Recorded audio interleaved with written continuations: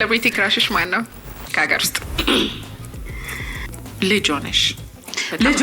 ልጆኝማ የሁሉም ክረሽ ነበረ ትራንስሃምፖርት የሴሌብሪቲ ክራሽሽ ማን ነው? ወይም ማን ነው? ሼር ሳም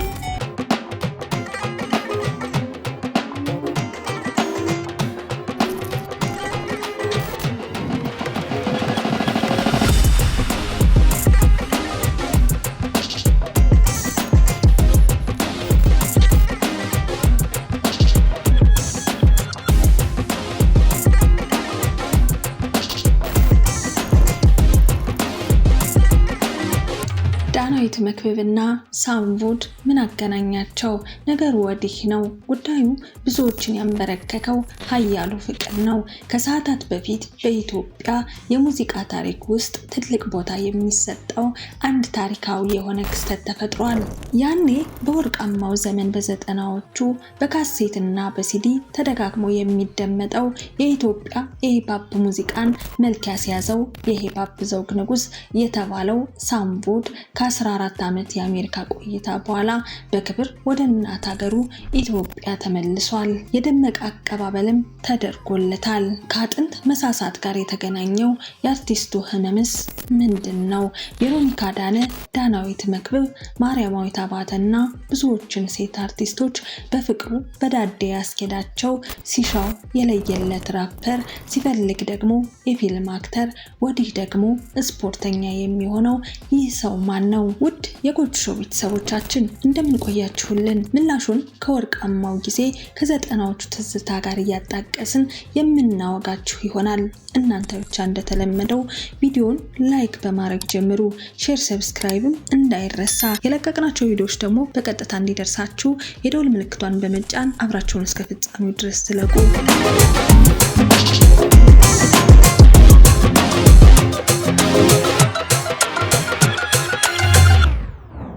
ምንም እንኳን ሳምቮድ ከ14 ዓመት በፊት ጥቂት ስራዎችን ብቻ ለህዝብ አቅርቦ ከሙዚቃው ዓለም ቢርቅም የሱ ስራዎች ግን እየቆዩ እንደ ወይን የሚጣፍጡና ትውልድ ተሻጋሪ ሆኗል። ዛሬም ቢሆን በየክለቡና በየመኪናው ውስጥ የሱ ዜማዎች ሳይሰሙ አይውሉም።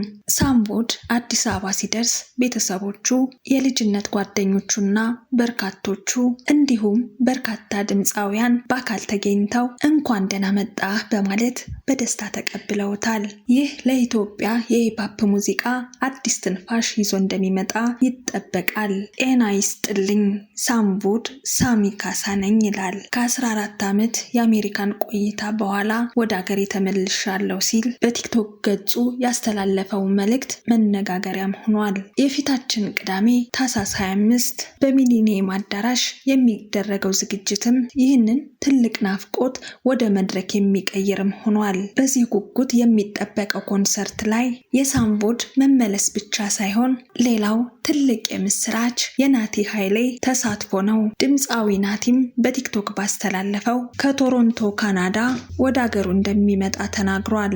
ይህም ኮንሰርት ለሱ የመጀመሪያው መሆኑንም ገልጿል። ምክንያቱም ዝነኛ ያደረገውን ሌቱም አይነጋልኝ የሚለውን የመጀመሪያ የሆነውን የመጀመሪያ አልበሙን እንዳወጣ ወዲያውኑ ነበር ከሀገር የወጣው። አድናቂዎቹ ለዓመታት በጉጉት የጠበቁትን ልጅነቷ፣ ወድጃታለሁ፣ አገር ጉድ ብሎና ቀን ሳይመሽ የሚሉትን ወርቃማ ስራዎቹን በቀጥታ በመድረክ ለማሳየት በከፍተኛ ጉጉት ላይ ይገኛል። ናቲ ከአልበሞቹ በተጨማሪ በካናዳ ቆይታው የሰራውንና በሚሊዮኖች የተሰማለትን በቃ የተሰኘውን ተወዳጅ ዘፈኑን ጨምሮ በኃይል የተሞላ አቀራረብ ይዞ እንደሚመጣ ቃል ገብቷል። ይህ ኮንሰርት ሳምቮድና ናቲ ኃይሌን ከረጅም ዓመታት በኋላ በአንድ መድረክ ከህዝቡ ጋር ሊያገናኛቸው ነው። ሁለቱም አርቲስቶች በዘጠናዎቹ መጨረሻ ላይ የነበራቸውን ዝናና ተጽዕኖ ይዘው አሁን በበሰለ ጥበብ ለህዝብ መመለሳቸው አሁን ደግሞ በበሰለ ጥበብ ወደ ህዝብ ለኢትዮጵያ የሙዚቃ ኢንዱስትሪ ትልቅ ስጦታ ነው ተብሏል። ሳምቮድ በዘጠናዎቹ ላይ በሙዚቃ በኢትዮጵያ ውስጥ ካልቸራል ፌኖሚኔም ወይም ልዩ የማህበረሰብ ክስተት ነበረም። በወቅቱ እያንዳንዱ ወጣትና ሴት ለሳምቮድ የተለየ አድናቆትና ፍቅር ሜጀር ክራሽ ነበራቸው። ሳምቮድ የሚለው ስሙ ትርጉሙ ቪክተር ኦፍ ዳንስ እንደሆነም ተናግሯል። የልጅነት ክራሻቸው እንደነበር ከተናገሩት አርቲስቶች መካከል ዳናዊት መክብብ፣ ቬሮኒካ ዳነ፣ ማርያማዊት አባተ የሚጠቀሱ ናቸው። ከሙዚቃው በተጨማሪም ሳምቮድ በፊልሙ ዓለምም ስሙ የናኘ ነበር። በተለይም የበረዶ ዘመን በሚለው ፊልም ላይ የነበረው ድንቅ ትወና በማህበረሰቡ ዘንድ የበለጠ እንዲታወቅ አድርጎታል። ራሱም ሲናገር ከማህበረሰቡ ጋር ያስተዋወቀኝ ፊልም ነው ይላል። በተጨማሪም በማስታወቂያ ስራዎቹና በሞዴሊንጉ ዘርፍ ቀዳሚ ከሆኑት ወጣቶች አንዱ ነበረም ሳምቮድ። ታዲያም ሳምቮድ ክርስቲያን የሚባል የአንድ ወንድ ልጅ አባትም ነው። ልጁም ጣሊያንና ኢትዮጵያ እያለ ከእናቱ ጋር እንደሚኖር ይታወቃል። ብዙዎች ሳምቮድ ሁልጊዜም ወጣት ነህ፣ ሚስጥሩ ምንድነው ብለው ይጠይቁታል። እሱ ግን በምችለው ሁሉ ራሴን እጠብቃለሁ፣ ጥሩ ለመመገብ እሞክራለሁ፣ በሳምንት 6 ቀን ጂም እሰራለሁ በማለት ለጤናው የሚሰጠውን ትኩረት ገልጿል። ወደ አሜሪካ ሎስ አንጀለስ ያመራው እናቱን ለመጠየቅ ነበረ። ለመቅረት አስቤ አልነበረም። እናቴን ካየኋት 21 ዓመታት አልፎኝ ነበር ይላል። ነገር ግን ጉዞ ብዙ ውጣ ውረድ የነበረበት ነበር። በወቅቱ የተሰጠው የኢሚግሬሽን ቪዛ ሲሆን አሜሪካ ኤምባሲ ውስጥ ብዙ ሂደቶችን ማለፍ ነበረበት። አስገራሚው ነገር ኤምባሲው እድሜህን ለማረጋገጥ የአጥንት ጥንካሬህን አምጣለው። ቤተዛታ ሄዶ ያደረገው ምርመራ ያላሰበውን ዱብዳ ይዞበት መጣ። የምትጠጣው ዘይት አለ፣ ምግብ አትበላም፣ 10 ኤክስሬ ነው መነሳት ያለብህ ተብሎ እንደነበረም ያስታውሳል። ውጤቱ ሲመጣ ግን እድሜህ ከ35 ዓመት በላይ ነው ተባለም። ያኔ ግን የአርቲስቱ ትክክለኛ እድሜ 22 ነበረም። በመጨረሻም እናቱ ኮንግረስማን አዳም ሺፍ ጋር በመሄድ ጉዳዩን አስረዳች። ኮንግረስማኑም የሳምቮድን የክትባት ወረቀት፣ የመዋለ ሕጻናት መረጃዎችን ለ1 ዓመት ጉዳዩን ተከታተለ። በመጨረሻም ለኤምባሲው ደውሎ ቪዛ እንዲሰጠው አዘዘ። ሳምቮድ ሎስ አንጀለስ ሲደርስ ለ21 ዓመት ያልተገናኛት እናቱን በኮንግረስ አማካኝነት እናቱን ሊያገኛት ችሏል። በኤንቢሲ ቀጥታ ስርጭት ላይም ተላልፎ ነበር። ሳምቮድ ትውልድና እድገቱ መርካቶ ሰፈር ነው። ከዚህ ደረጃ እንድደርስ ያደረገኝ ሰፈሬ ነው ይላል። የመርካቶ ልጅነት ለሙዚቃው ዘርፍና ለሂፓፕ ስልቱ ጥልቅ የሆነ ግብዓት ሆኖለታል። የተማረውም የእጅ ቃለ ሕይወትና አዲስ ከተማ 2ኛ ደረጃ ትምህርት ቤት ነው። በሰፈሩ እንደ አብዱኪያርና እንደ ጎሳዬ ተስፋዬ ያሉ ታላላቅ አርቲስቶች አብረውት ነበሩ። የሙዚቃ ስራ የጀመረው ገና በ15 እና በ16 ዓመቱ ነበረም። በኢትዮጵያ የመጀመሪያው የሂፓፕ አርቲስት ማን ነው ተብሎ ሲጠየቅ ሳምቮድ በትህትና እንዲህ ሲል ይመልሳል። ከኔ በፊት የሂፓፕ መንፈስ ወይም ቫይቭ ያላቸው ብዙ አልበሞች ነበሩ። ስለዚህ እኔ ነኝ ለማለት አልደፍርም። ነገር ግን አሻራዬንና የበኩሌን አስተዋጽኦ አሳርፌያለሁ።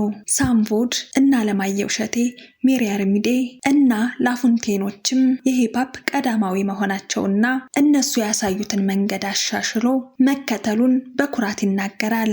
ዛሬ ሳምቮድ ወደ ሀገሩ ሲመለስ ታዋቂ ሰዎች እንደ ታደለ ሮባ ያሉ እንዲሁም ቲክታከሮች ልዩ አቀባበል አድርገውለታል። ሳምቮድ በአሜሪካ ቆይታውም እንደ መሐመድ አህመድ እና ፀሐዬ ዮሐንስ ጋር ኮንሰርቶችን በማዘጋጀት ጥበብን ሲያገለግል ቆይቷል። የሳምቮድ መመለስ ለኢትዮጵያ የሙዚቃ ጥበብ በተለይም ለሂፓፕ አፍቃሪዎች ትልቅ የምስራች ነው። ያኔ ሴቶች ያብዱለት የነበረው ዛሬም ወጣትነቱና ጥንካሬውን እንዳስጠበቀ የተመለከትነው ሳምቮድ በሚሊኒየም አዳራሽ በሚያደርገው ኮንሰርት ሁላችንም ወደ 90ዎቹ እንደሚመልሰን ጥርጥር የለውም። የሳምቮድ ከ14 ዓመት በኋላ ወደ እናት ሀገሩ መመለስ ዝም ብሎ የአንድ ግለሰብ መመለስ ሳይሆን ኢትዮጵያ ሂፓፕ የናፈቀውና የዘውጉ መሰረት የሆነውን ንጉሱን ዳግም ያገኘበት ታሪካዊ አጋጣሚ ነው። የስደትና የናፍቆት ታሪክ አብቅቶ የጥበብ አዲስ ምዕራፍ መጀመሩ የሚያበስር ነው። ያኔ በ90ዎቹ መጨረሻ በካሴትና በሲዲ አድናቂዎቹን አሳብዶ የነበረው በበረዶ ዘመን ፊልሙ በድንቅ ትወናው ያስደመመንና በድንቅ ስታይሉ ወጣቱን የመራው ሳሚ ዛሬም ያንን የቀድሞ ወጣትነቱን እና ጥንካሬውን ሳይለቅ በክብር መመለሱ ለጥበብ አፍቃሪዎች ትልቅ ስጦታና የምስራች ነውም ተብሏል። በተለይም ደግሞ ከሳምቮድ ጎን ናቲ ኃይሌ በሚሊኒየም አዳራሽ መድረክ ላይ ማየት የብዙዎች የልጅነታቸውን ትዝታ በአይናቸው መድረክ ላይ ማየት ዳግም ፊታቸው ላይ ሲተውን እንደ ማየት ትልቅ የምስራች ነው። ናቲ ካናዳ ሆኖ በሰራውና ሚሊዮኖች ባደመጡለት በቃ በሚለው ሙዚቃው ብቻ ሳይሆን ለብዙ ወጣቶች በፍቅር ትዝታ ማጀቢያ የነበረው ልጅነቷና ወድጃታለሁ በሚሉ ስራዎቹ ትውልድን ያሻገሩ ድንቅ ሙዚቃዎች ባለቤት ነው። እነዚህ ታላላቅ የጥበብ ሰዎች በአንድ ምሽት በአንድ መድረክ ላይ ተገናኝተው የ90ዎቹን ወርቃማ ዘመን ዳግም ሊያሳዩን መዘጋጀታቸውን በሚሊኒየም አዳራሽ የሚገኘውን ታዳሚ ወደኋላ በናፍቆት የሚመልስና አዲስ ታሪክ የሚጻፍ መሆኑና አስገራሚ ትዕይንት እንደሚሆንም ይጠበቃል። የሳምቮድ ታሪክ ከአሜሪካ ቪዛ ውጣ ውረድ ጀምሮ እስከ ኮንግረስማን አዳም ሺፍ ጣልቃ ገብነት ያለው ሂደት ጥበብና ታዋቂነት የሰው ልጅ ህይወት እንዴት እንደሚቀይር ትልቅ ትምህርት የሚሰጥ ነው። ዛሬ ላይ የነታደለ ሮባ እንዲሁም የዘመኑ ቲክታከሮች በአንድነት ሆነው በደመቀ አቀባበል የኢትዮጵያ የጥበብ ቤተሰብ አንድነቱና ለቀደመው ጊዜ ያላቸውን ክብር በአንድነት አሳይተዋል። ሳምቮድ ከዚህ ደረጃ እንድደርስ ያደረገኝ የሰፈሬ ሰው መርካቶ ነው ሲል ዛሬም ሀገሩና ህዝቡ ያንኑ ውለታውን በደማቅ አቀባበል በናፍቆት እየመለሱለት ይገኛል።